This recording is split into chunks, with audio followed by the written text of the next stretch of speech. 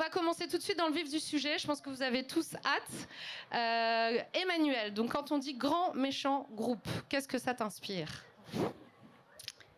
Je crois que c'est Talleyrand qui disait tout ce qui est excessif est insignifiant. C'est ça que ça m'inspire. Grand méchant groupe, je pense que quand on est concerné par le sujet des transitions, qu'elles soient sociales, sociétales, environnementales, ça n'a pas trop de sens en fait. Je pense que la société française et la société de manière générale est suffisamment fracturée pour ne pas rajouter une ligne de fracture additionnelle, qui plus est contre-productive. Puisqu'aujourd'hui, c'est probablement en réussissant à opérer les transitions au cœur des business models des grandes organisations et des multinationales en particulier qu'on peut vraiment passer à l'échelle l'impact qu'on appelle de nos voeux, en tout cas ici. Et ça, c'est une vision qui est très pragmatique et surtout qui est portée par la jeune génération. Donc j'étais interpellée par le propos introductif. Je sais qu'il y a des chiffres qui montrent que la jeunesse, elle se désengage de la grande entreprise. Mais les chiffres sur les moins de 25 ans, qui sont les plus récents, en fait, montrent un retour de boomerang très fort. Nous-mêmes, à la faveur de la pandémie, en fait, on a réalisé une étude sur les moins de 25 ans dans plusieurs pays européens pour se poser la question de dans quel état était cette jeune génération qui est fondamentale, mais qui a été très marquée par les confinements successifs et donc par la gestion de la pandémie. Et on a été, je vous livre très rapidement les résultats de cette étude parce qu'ils sont intéressants, je pense, pour poser le débat. On a été face à une génération qui est à la fois en proie à une détresse économique qui était préexistante complètement à la pandémie. Par exemple, les jeunes millennials américains sont plus pauvres que toutes les générations précédentes et ne pourront jamais les rattraper, mais qui a été ultra amplifiée sur les très jeunes générations par la gestion politique associée à la pandémie. En proie à une détresse scolaire, évidemment, puisque pour ceux qui rentraient sur le marché de l'emploi ou qui finissaient leurs études pendant ces 2 années, c'est des trous coupables sur le CV. Et quand on est passé par des grandes ou des petites entreprises, on sait que quand vous avez un CV avec des trous et un CV sans trous, en fait, à un moment donné, vous passez à l'as. Et du coup, tout ça, ça génère une détresse qui est ce qui nous a le plus marqué, en fait, qu'on pourrait qualifier de psychologique. Les chiffres sur le suicide commencent seulement à sortir. Et quand on était en pleine pandémie, on les a cherchés, ils existaient, mais ils étaient tabous. Là, on commence à voir, notamment, vous avez un article de Forbes qui est édifiant sur les taux de suicide des jeunes générations, sachant qu'aujourd'hui, la première cause de mortalité des 15-24 ans dans plus de 100 pays, c'est le suicide. Donc on a été face à cette génération où on s'est dit, ok, en fait, il y a plein de signaux qui sont au rouge, puisque cette génération, c'est le bébé de son époque. C'est-à-dire c'est le bébé de transition sociale, sociétale, environnementale, politique, technologique, philosophique qui sont majeures, qui sont probablement inédites dans l'histoire de l'humanité. Elle est la catalyse de tout ça, avec des horizons qui sont bouchés, donc une difficulté à se projeter. Et pourtant, je voudrais pas vous dresser une image de victime, parce que c'est pas du tout les gens qu'on a eu en face de nous. En fait, on a eu en face de nous des gens extrêmement résilients. Le terme paraît désuet maintenant, tellement on en a parlé pendant 2 ans, les grands groupes sont résilients, etc. La résilience, d'un point de vue psychologique, c'est la capacité à se relever de traumatismes qui sont extrêmement forts en étant encore plus fort, parce qu'on a appris, on a compris, on repart, on mute en fait. Et nous, on a été face à une génération où ils avaient 10 ans de moins que nous et on a pris une énorme baffe en se disant c'est pas des victimes, c'est une population extrêmement pragmatique qui regarde le terrain de jeu avec un niveau de conscience, d'intelligence, de pertinence très fort, probablement beaucoup plus important que celui qu'on avait nous, génération millennials, à leur âge. Avec évidemment une radicalité qui est l'apanage de l'âge. Quand on a 20 ans, on est radical. Quand on a 35 ans, on comprend que c'est pas si simple. Mais surtout, en fait, avec ce pragmatisme qui fait, pour arriver sur le cœur de sujet, qu'il voit l'entreprise comme le premier territoire d'impact. Et ça, c'est très différent de ma génération et c'est pour ça que je trouve que le sujet de ce soir, il est fondamental. On est face à une jeune génération qui ne croit plus en la politique, ne croit pas dans les médias, ne croit pas en l'école pour la préparer aux enjeux du monde de demain, mais croit en l'entreprise comme courte échelle vers l'impact. elle n'est pas naïve, elle n'est pas angélique, elle ne se dit pas c'est l'entreprise qui va résoudre tous les problèmes du monde. Par contre, ce qu'elle se dit en étant éminemment pragmatique, c'est si j'arrive à rentrer à l'intérieur d'une entreprise et tous ensemble en tant que cohorte générationnelle à l'infiltrer finalement cette génération, à monter en puissance, à monter en compétences pour pouvoir hacker les business models, accompagner ces transitions de business models, alors là, on a une capacité de passage à l'échelle qui est inégalée et dans des délais qui sont beaucoup plus rapides que la temporalité politique. Et ça, c'est un discours qu'on a entendu partout et qu'aujourd'hui, on retrouve corroboré par des études quantitatives. Je vous invite par exemple à lire La fracture de Frédéric Dailly, dont un des chapitres les plus intéressants, c'est celui où il s'étonne du retour en grâce de l'entreprise, la petite comme la grande, pas parce qu'elle est géniale et magnifique, et elle l'a jamais été en fait. Il faut pas être naïf. Une entreprise, c'est un objet économiquement viable. On a besoin de prendre soin des hommes et des femmes parce que qui veut aller loin ménage sa monture, parce qu'il n'y a pas de performance durable sans excellence humaine, et que c'est pas simplement un sujet éthique, c'est surtout un sujet économique. Ça a toujours été comme ça.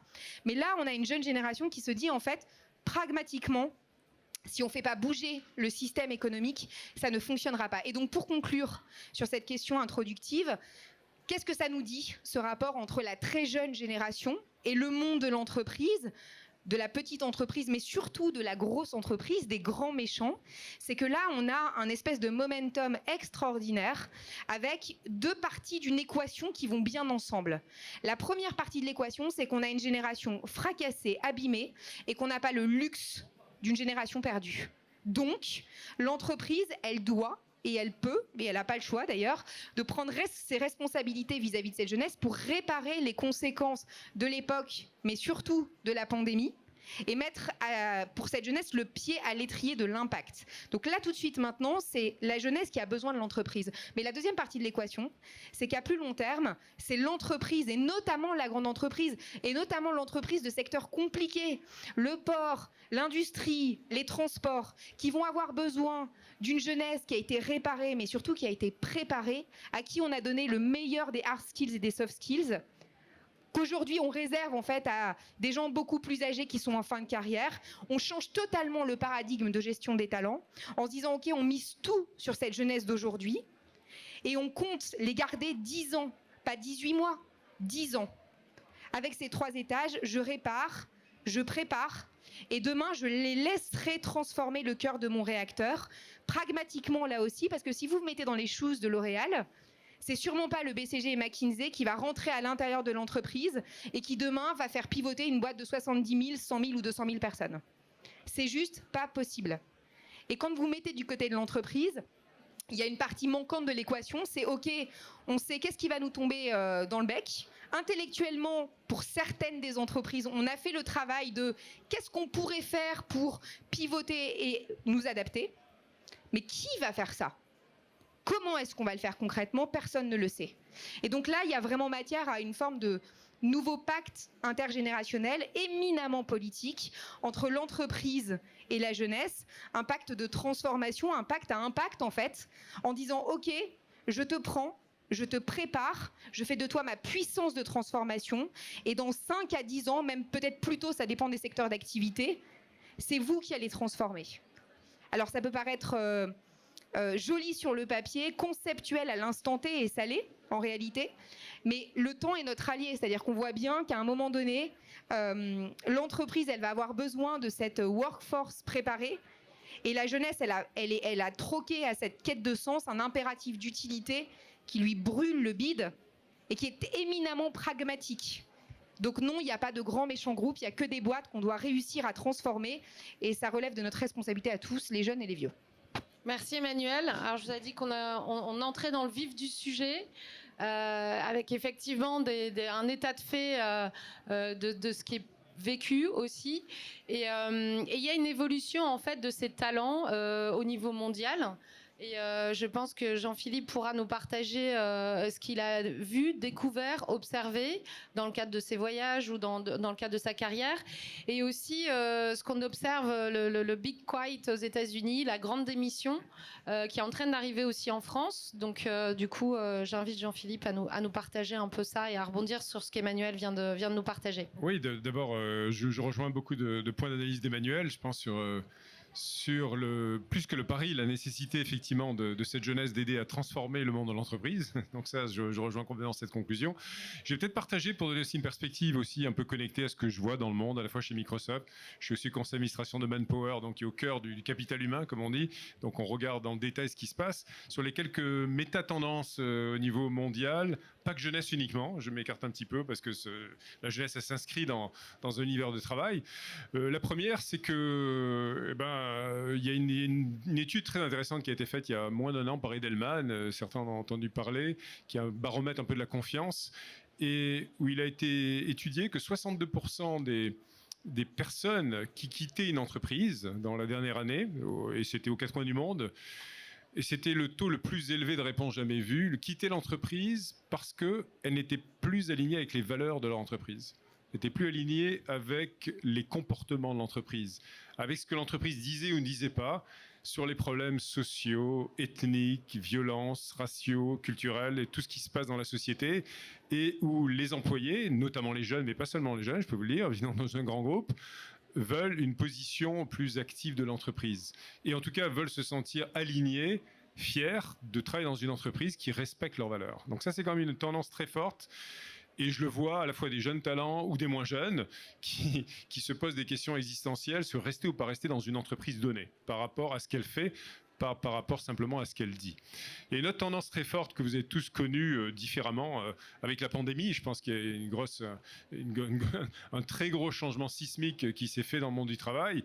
C'est qu'évidemment, on est passé dans ce qu'on appelle maintenant le mode hybride. On ne sait pas trop encore parce qu'on est à peine revenu dans les bureaux. Ça dépend des pays du monde. Là, j'étais en Malaisie. Bon, on se déplaçait sans les masques. On allait dans des rendez-vous, il fallait mettre les masques. On ne sait pas trop. Et même en Malaisie, comme aux États-Unis, comme en Europe, on est en train de reconfigurer les temps de travail à la maison et les temps de travail à distance, les temps de travail ensemble. Et ça, c'est un changement de paradigme énorme. On n'est pas encore clair sur le modèle, je vous le dis tout de suite, ça dépend des entreprises, parce qu'il y a une attente des employés, jeunes et moins jeunes, c'est pas une question d'âge, de flexibilité qui a plus rien à voir avec ce qu'on a connu, plus rien à voir. Donc, dire aux employés que s'ils reviennent pas, ils vont avoir une coupe de salaire ou autre, je pense que c'est un peu naïf, parce que je pense que les employés, à la fin, ils vont voter avec leurs pieds sur la flexibilité. Il y a une troisième dimension très forte, et malheureusement, Emmanuel a rappelé, j'ai pas encore vu ces chiffres, mais j'ai entendu parler effectivement de taux malheureusement très élevés de suicide, c'est le bien-être des employés au sens large. Et là, qu'est-ce qu'on se rend compte, c'est que dans les jobs de première ligne, là je parle de première ligne, donc les jobs qui sont dans les hôpitaux, les jobs qui sont dans les environnements dits critiques, qui étaient là à nous servir, nous citoyens, quand on était enfermés, confinés, les gens veulent plus revenir dans ces jobs-là. Beaucoup. Et c'est pas qu'en France, je peux vous dire, c'est partout dans le monde, il y a le même problème. Et donc, il y a une vraie problématique sur ces premières lignes, de se dire comment on va s'occuper d'elles pour les attirer à nouveau, pour s'occuper du bien commun de la planète. Parce que qu'est-ce qu'elles font, ces personnes? Elles s'occupent de la santé de chacun d'entre nous, elles s'occupent de les nourrir, elles s'occupent de la sécurité. Et quelque part, si on ne fait pas une remise en question là-dessus, on va avoir un problème. Alors après, il y a une autre transformation très large, et je rejoins un petit peu le thème qui était dit, et qui repose des questions fondamentales au monde de l'entreprise, et donc aux jeunes qui la rejoignent, c'est évidemment la transition écologique, environnementale, sociale d'une entreprise. Moi, je suis très optimiste, alors parce que je vis dans une grande entreprise que Microsoft depuis près de 40 ans, donc pour vous dire, vous voyez ça à mes cheveux. Bon, et je voyageais aux 4 coins du monde pour cette entreprise, et en fait, je suis assez optimiste dans le sens où je pense que l'entreprise est confrontée au changement suivant à l'heure actuelle. L'entreprise est en train de passer du monde de ce qu'on appelle en France la RSE, la responsabilité sociale de l'entreprise, et la philanthropie. Et c'est très bien que ça existe. Je ne suis pas en train du tout de nier ces très belles manières d'entreprise de participer. Mais c'est en train de passer à ce qu'on appelle l'ESG, ces 3 lettres dont vous avez peut-être sans doute entendu parler, qui sont vraiment des standards en cours de formation, parce qu'il y a encore beaucoup à dire là-dessus, mais qui veulent dire quoi? Qui veut dire que toutes les entreprises du monde, des grandes, aux moyennes, petites, sont obligées de remettre en cause leur modèle de business, leur création de produits, leur création de services, la façon dont elles représentent l'inclusion de la population dans laquelle elles vivent, la fameuse diversité au sens très large. C'est pas juste cocher la case homme-femme 50%, c'est beaucoup plus large que ça. Et donc, ça veut dire que ces entreprises sont en train maintenant de remettre en cause tout ça parce que leurs actionnaires leur demandent, parce que leurs employés leur demandent et parce que leurs clients quittent ces entreprises si elles n'ont pas une transparence sur ces indicateurs-là. Voilà, je voulais donner ces quelques éléments, je ne vais pas parler trop longtemps parce que c'est des grands sujets, mais tout ça pour dire que là-dedans, la jeunesse, elle a un rôle fondamental à jouer, bien sûr, dans les grandes entreprises également. Parce que la jeunesse, elle est au cœur de ces vibrations qui se passent dans la société, dont on parle beaucoup dans les allées de ce festival d'ailleurs. Il suffit d'aller voir nos entrepreneurs de la communauté Live for Good qui sont là et qui reflètent des problèmes mais systémiques que l'on voit partout, pas simplement d'environnement, mais également de violence, de justice, enfin de tous les sujets importants. Eh bien, ces sujets-là, c'est les jeunes, c'est vous qui allez les porter. Et vous pouvez les porter aussi bien en entreprenant, bien sûr, mais ça, je crois beaucoup en la vertu de l'entrepreneurial, mais vous avez le droit d'être entrepreneur dans une grande entreprise aussi, sachez-le. Voilà, et sans faire je ne vais pas faire de la publicité, un commercial, c'est Microsoft comme on dit, mais selon les cultures de l'entreprise, ça c'est très important, peut-être qu'on y reviendra tout à l'heure, vous avez la possibilité ou pas d'être un intrapreneur, un entrepreneur qui va aider à transformer les gros réacteurs, comme les appelait Emmanuel, de l'intérieur. Et ça peut être passionnant parce que quand vous êtes au cœur de très gros réacteurs, ça peut avoir un très gros impact aussi. Et quelque part, on apprend beaucoup dans les gros réacteurs aussi, même si on apprend énormément chez les petits réacteurs aussi qu'on crée de ses propres mains. Donc, je ne suis pas en train de les opposer. Voilà. Merci Jean-Philippe. Alors on a écouté voilà, un point de vue intergénérationnel, mondial avec différentes observations internationales. Zoé, est-ce que tu peux nous partager ton point de vue de jeune diplômée, jeune active aussi, et qu'est-ce que tu as pu observer aussi de cette génération et de la relation entreprise qui est en train d'évoluer, et est-ce que ça reste un paradigme, est-ce que ça continue à l'être en tout cas? Oui, du coup, j'ai la lourde tâche de représenter les jeunes aujourd'hui. T'as du soutien, là.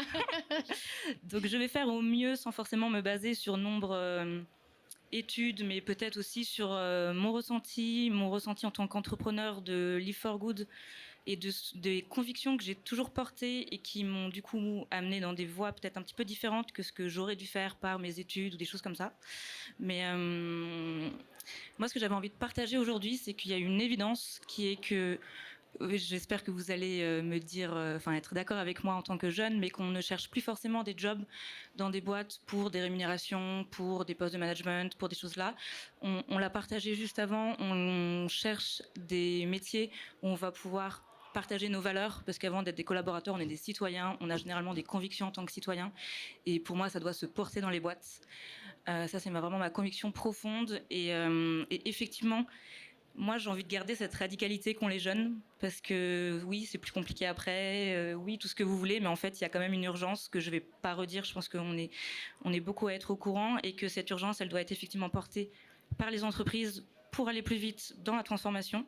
On ne peut pas la faire qu'à un niveau citoyen, on ne peut pas attendre qu'à passer par l'État, il ne peut pas y avoir ce triangle de l'inaction qui fait que personne ne fait rien non plus. Donc les entreprises doivent porter ces sujets, et dans les entreprises, c'est donc les collaborateurs, c'est bien évidemment les jeunes qui sont plus au fait ou non, mais qui peuvent aussi faire accélérer les choses. Et pour moi, il y a effectivement 3 dimensions quand même à bien prendre en compte quand l'entreprise souhaite certes faire sa transition, mais aussi du coup attirer des jeunes. On en parle quand on entend que, c'est un chiffre, les chiffres peuvent dire plein de choses, mais que seulement 13% des 18-24 ans souhaitent bosser dans les boîtes de 440. C'est vrai que c'est un petit peu dommage aussi. Moi, je suis très alignée avec le fait que moi, j'ai fait le choix de jamais bosser dans un grand groupe, de jamais être attirée par ça, mais parce que je sais que c'était quelque chose qui ne me correspondait pas. Donc je pense qu'il y a une première chose à comprendre, c'est aussi qu'est-ce qu'on aime faire, qu'est-ce qu'on a envie de faire, et comment est-ce qu'on est aligné avec son métier, puisqu'on y passe quand même beaucoup de temps dans une journée. Et du coup, j'ai oublié ma pensée. Peut-être le fait aussi de pouvoir faire ça, de prendre le temps aussi, et oui, tout à fait. Ce cheminement-là aussi, qui est important. Oui, c'est vrai. Du coup, moi, pour mon partage d'expérience personnelle, au début, j'ai fait un premier métier qui était certes passionnant, mais qui n'était pas du tout lié à mes valeurs et à toutes ces choses-là. J'ai pris une grosse claque.